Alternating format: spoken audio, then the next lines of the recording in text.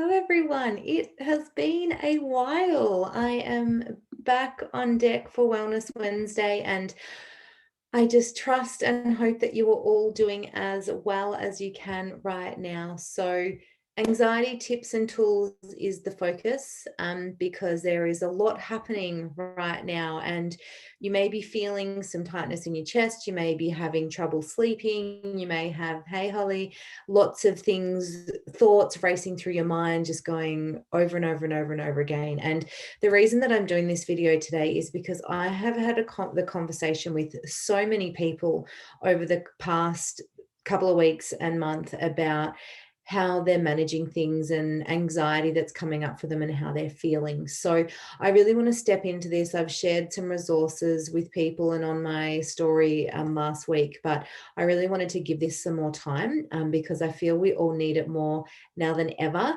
And I want to spread more positivity to socials and to give you guys some tools. Like I often see when there are problems around and challenges around that, it's really important to feel through it, to process what's going on, but then to look at solutions as well. So it's a very, very interesting time in history. There is so much fear, there is so much anxiety going around, and so much of that has been spread.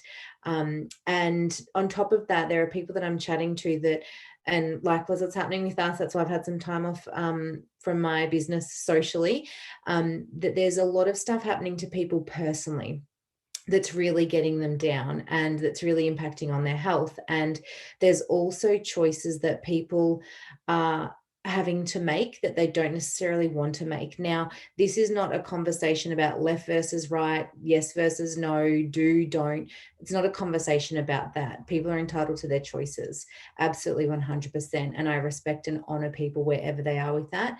But this is a conversation for those people who are being made to make decisions that they don't want to. So a lot of anxiety can come up around this. So whether you are being encouraged to make decisions that you don't particularly want to, or whether you are not in that boat, but you're just really struggling with anxiety, racing thoughts, mindset, mind health, whatever label you want to give it. I'm just calling it anxiety because I know that's a label that so many people have been sharing with me lately. So I felt so called to share this to support people with managing their anxiety right now. I've got 5 tips and I shared them in my infographic last night. Some different things we can do around monitoring social media, around tapping, the RAIN technique, breath work and meditation, reframing what we cannot control, and also around supporting our immune system. So I'm going to touch briefly on each of those. There is more information in my blog post, so you can find that in my Linktree bio. So have a look at that. And if you're on my mailing list, you get that ahead of time so you can check it out. And I send my recipe out as well. So make sure you go subscribe to my newsletter. There's links in Linktree to do that.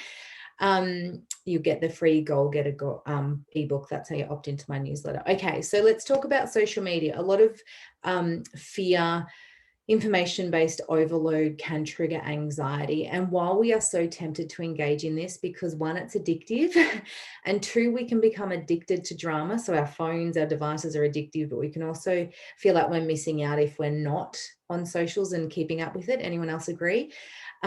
Is to start with decreasing your social media content use, like tuning into the news, tuning into your social media on your devices. Start to reduce that by 15 minutes a day. So have a look at your screen time. Notice, okay, if I'm on my phone 7 hours a day, whatever it might be, let's just start to bring it down to 15 minutes. And in the blog post, I talk about a heap of different tools that you can use to help with that. And it's about the baby steps. It's not about going cold turkey, but it's about taking the baby steps and looking at, okay, well, what's a positive, uplifting podcast I could go into that podcast app to look at? What's, maybe I could put on some music and have a dance to change my energy. Or what's a book that I can read that's going to help me with how I'm feeling? The Resilience Project is a fantastic book. I read it last year when we were going through a lot of stuff as well. Because the thing is, life always happens. Life is going to happen. Life kicks us down and we just got to get back up. It is a part of being a human and having a human experience. Unfortunately, we've got to have the suffering with the joy, the black and the white. Hey, so look at what you can do to crowd out the negativity. There's so much of it around. So how do you make a beautiful glass of water? You've got that beautiful glass of water, and imagine you start to put black food dye in it. That's like the toxicity of social media can be with the fear-based. So the only way that we can get that beautiful glass, crystal clear water again, is without tipping it over, is by adding more crystal clear water into it until it overflows and the black food dye goes out. So what can you do in crowding out the negativity with positive content? So that ties in with social media use. Tapping. I resisted tapping for so long, emotional freedom technique. And it's actually something that, I'm a lifelong learner. I'm actually going to be investing in doing my tapping certification so I can help you guys further, because the huge changes that I've already seen in my clients with doing this with them in the past couple of weeks has been massive. I've helped clients with decreasing their pain, like you rate your issue and then you rate it before and after you tap. And I've had clients go from levels of pain or anxiety of 7s and 8s down to 3s or 4s in like 15 minutes of tapping. So in the blog, there's some links to some tapping resources. It's so powerful. Like, honestly, even with pain of having my appendix out, it was triggered one day at lunch because I had foods that were inflaming and it inflamed that area. So I'm under the table tapping, even though I'm feeling this pain, I deeply and completely accept myself. Even though I'm feeling this anxiety, I deeply and completely accept myself. So you can easily do that under the table at work. And it's really, really powerful. You don't have to say it out loud. You can say it in your head. I just had a comment here. Beautiful Brooke. Hey, been doing EFT since you sent me one of Brad Yates' videos. It's been a game changer. So happy to hear that. Brad Yates is on YouTube. He's got a plethora of videos on any topic you can think about, basically, that you're having trouble with. Awesome. So that's tapping. So number 3 is let it rain. This is a technique. Some people look at it as in like the brain bully to brain champion technique I share, Gabby Bernstein's choose again technique. They're all similar, where it's about reframing what's happening. So it's about not being afraid of the anxiety or the negative emotions and just recognizing what's going on. Okay, this is a normal response to a really shitty time. So that's the R, recognize what's going on. A is to allow the experience, just let it to be. Okay, I'm feeling this anxiety. And then investigate with kindness. So why might this be coming up for me? What's happening for me? I'm getting lots of love hearts coming up. So I'm so glad this is helping and resonating with you guys. And then the N is just natural awareness, which comes with not identifying the experience. You are not the anxiety. You are not the pain. Getting lots of yeses about this tapping. So there's heaps more information in the blog. I link to Tara Brake's mindful practice around the rain. This was one technique I used years and years ago when I was going through grief, when I first really started on my personal development journey. And it's been another tool. So I'm sharing all of these so that you can kind of throw it against the wall. That's what it's about. It's like throw the paint against the wall, see what sticks for you. Some things may work some days, they may not work others. You may need to change it up. So just really focus on giving it a go, trialing it for 3, 4, 5 days. Be consistent, because you really can't just see if something works after one day. So just try these different things. This is only 5 of many, many techniques you can use, but they're 5 that have moved the needle the most for my clients and my community. For breath work, the only way to get out of fight and flight and into rest and digest is through deep belly breathing, whether that's 5 big breaths as you wake up, as you go to bed, before your meals to help your digestion, whether it is actually doing a meditation. And there are so many on, it's actually on my, it's all platforms that I'm on now. You'll have access to my transcending fear meditation, which helps you to actually bring up the fear, feel it, and let it go. Instead of pushing it down like the beach ball, we push it under the water. What happens the more we push it down like the emotions, the more it pops up, smacks us in the face and blindsides us. And this is a prime example. I am human and it happens to me as well. And a prime example, just before I got on this call, had some more challenging news come through. And I had a moment of huge anxiety, and I was just like, the reason has been because I have been looking after myself and meditating, but I've just been so busy with helping and getting through what's been happening that I hadn't allowed the space to really feel. So now that I'm allowing the space, it's coming up. So knowing that it's okay to do that and to feel it, to then process it. You got to feel it to heal it. You might have heard that before. So don't be afraid of it. It's okay. In the moment, you might be like, crap, I'm feeling this. Take a breath and be like, it's all right. I'm not going to die from this feeling. Even though sometimes it feels like it. The fifth one, and this is the really, really important one that I wanted to touch on, because I've actually had people reach out to me to be like, Tara, I'm having to make a choice that I don't really want to make. What can I do? So first and foremost, if there is no way for you to get support with this and to get help with this and to be able to make a choice that you want to make, and you are having to make a choice that isn't favorable to you and your health and well-being, then it's about reframing what we cannot control.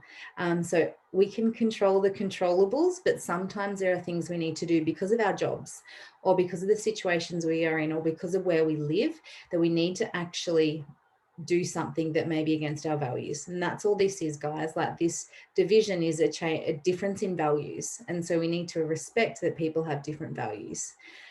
So reframing what you can't control. So if you have to make a decision, if you have to do something and you're being made to do something that you don't want to do and you're worried about the outcome, start with the choose again method. This is really powerful. So when the negative thoughts come up of, oh my gosh, what's going to happen? I'm going to get sick. I'm going to end up very unwell. Like, it's going to stop this or it's going to start that. Whatever the thoughts are, I'm trying to be very diplomatic here, as you can tell. Trying to be general.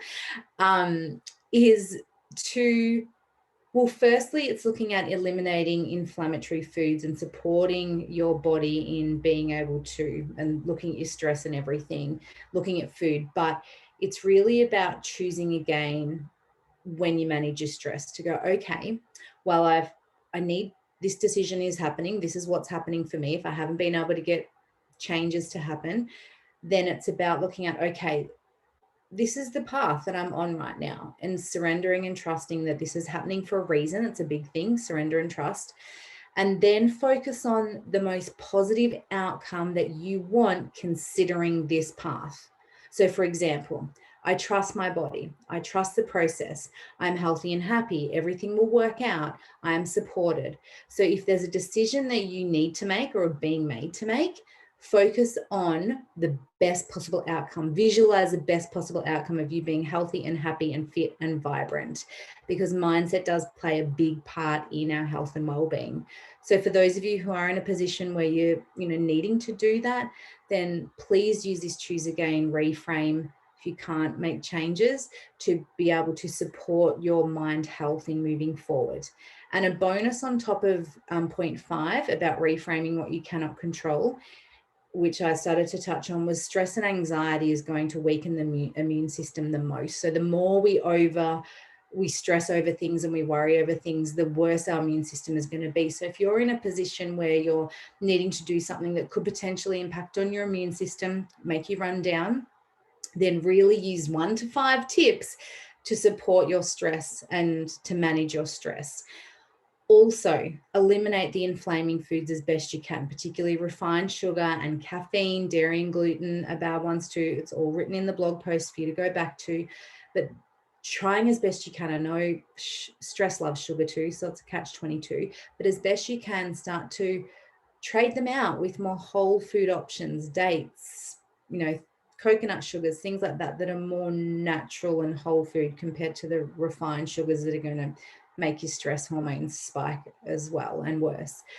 So eliminate the inflaming foods, manage your stress through tips 1 to 5, and then also bring in foods that are going to support and build up your immune system. There are many. Eating whole foods, fruits and veggies, we all know this, but I want to touch on 3: vitamin C and zinc, and also vitamin D. So sunshine is our friend. And how beautiful was the first day of spring, guys? Anyone else get to experience that? I hope you did.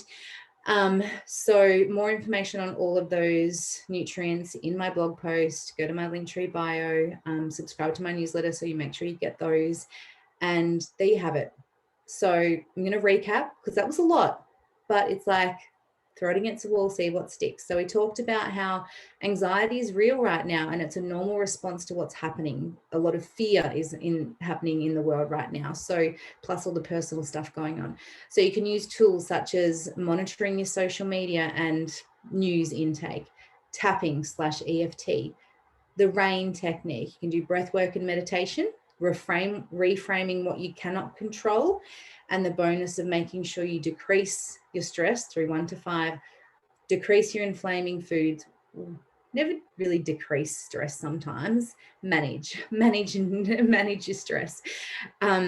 Decrease your inflaming foods or eliminate them, and then bring in more immune supporting nutrients, vitamin C, zinc, and vitamin D, and make sure you're getting enough sleep, of course. So where do you start? Choose one, do it for 5 days, notice what you notice.